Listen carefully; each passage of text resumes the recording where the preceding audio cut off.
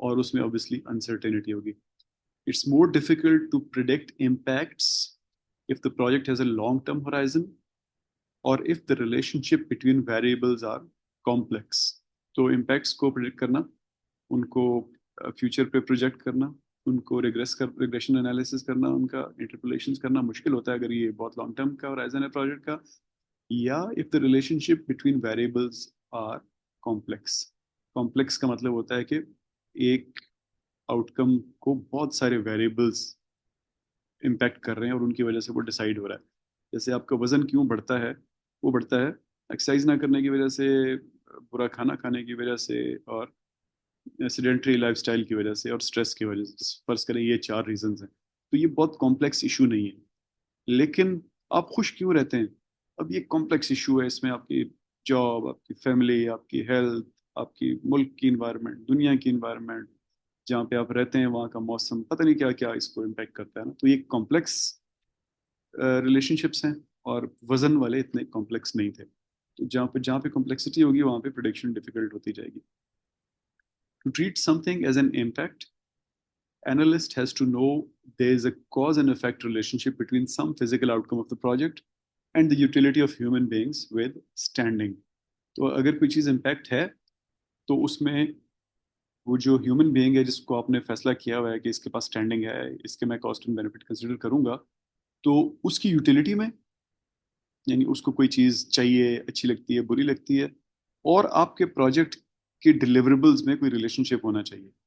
یعنی آپ کے پروجیکٹ نے ڈیلیور کیا ایک فار ایگزامپل ایک اسٹیڈیم, کرکٹ کا اسٹیڈیم, اور آپ نے فیصلہ کیا تھا کہ 100 اینڈ 100 لوگ ہیں جن کی اسٹینڈنگ ہے, تو ان کو پھر کرکٹ میں انٹرسٹ ہونا چاہیے, تبھی جو ہے وہ امپیکٹ ہوگا اس کا, ورنہ وہ امپیکٹس نہیں ہوں گے. ایک ایسا ملک, فار ایگزامپل آپ امریکہ میں مشیگن میں ایک کرکٹ کا اسٹیڈیم بنا دیں, تو وہاں پہ زیادہ تر لوگ جن کا اسٹینڈنگ آپ دیکھیں گے ان کی یوٹیلیٹی کا رشتہ ہی نہیں ہے, کوئی کاز اینڈ افیکٹ لنک ہی نہیں ہے کوئی کرکٹ کے اسٹیڈیم سے. تو اس کا امپیکٹ نہیں ہوگا, اور obviously وہ پروجیکٹ فیل ہو جائے گا, کیونکہ اس کے بینیفٹس پھر نہیں آئیں گے اور کاسٹ زیادہ ہوں گے.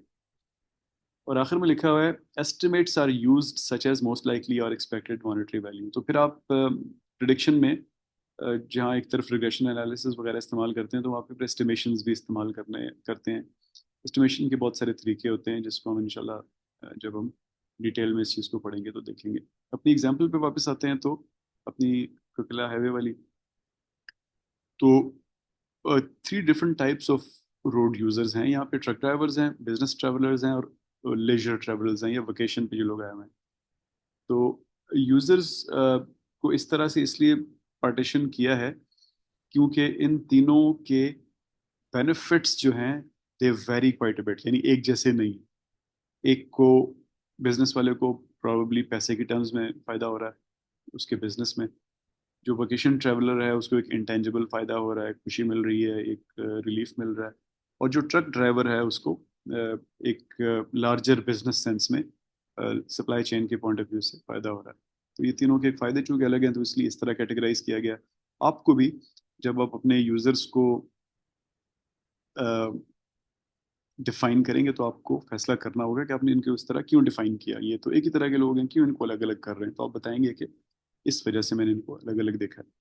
For each group, yani truck drivers, business travelers, or leisure travelers, the analyst predicted for each alternative for each year. یعنی وہ جو چاروں آلٹرنیٹیو تھے ہمارے پاس, گلوبل پرسپیکٹو میں ٹولز اینڈ نو ٹولز, اور پروونشل پرسپیکٹو میں ٹولز اور نو ٹولز. تو ہر آلٹرنیٹیو کے لیے اس نے تینوں سیٹ آف یوزرس کے لیے پریڈکشنز کی. کس کس چیز کی؟ Number of vehicle trips on the new high way and old road, کتنے ڈرائیور آئیں گے اس پہ, ٹرک ڈرائیور کتنے, بزنس ٹریولرز آئیں گے کتنے, یا لیجر ٹریولرز آئیں گے, اور پرانی روڈ پہ کتنے چل رہے ہوں گے, and proportion of travellers from British Columbia, ان میں سے اس پروونس کے کتنے لوگ ہیں جتنے لوگ آئیں گے. جب یہ اسٹیمیٹ آ گیا اس کے پاس, اور اس کو یہ بھی پتا تھا کہ 195 کلومیٹر لانگ ہے یہ ہائی وے, اور بھی کچھ نالج استعمال کر کے اس نے کچھ انکریمنٹل بینیفٹ اسٹیمیٹ کیے جو تھے the total vehicle kilometre saved, یعنی اوور آل کتنے کم کلومیٹر ڈرائیو کیے لیٹس سے کہ 20 سال میں سب نے, the number of accidents reduced, اور دا نمبر آف لائیوز سیفڈ.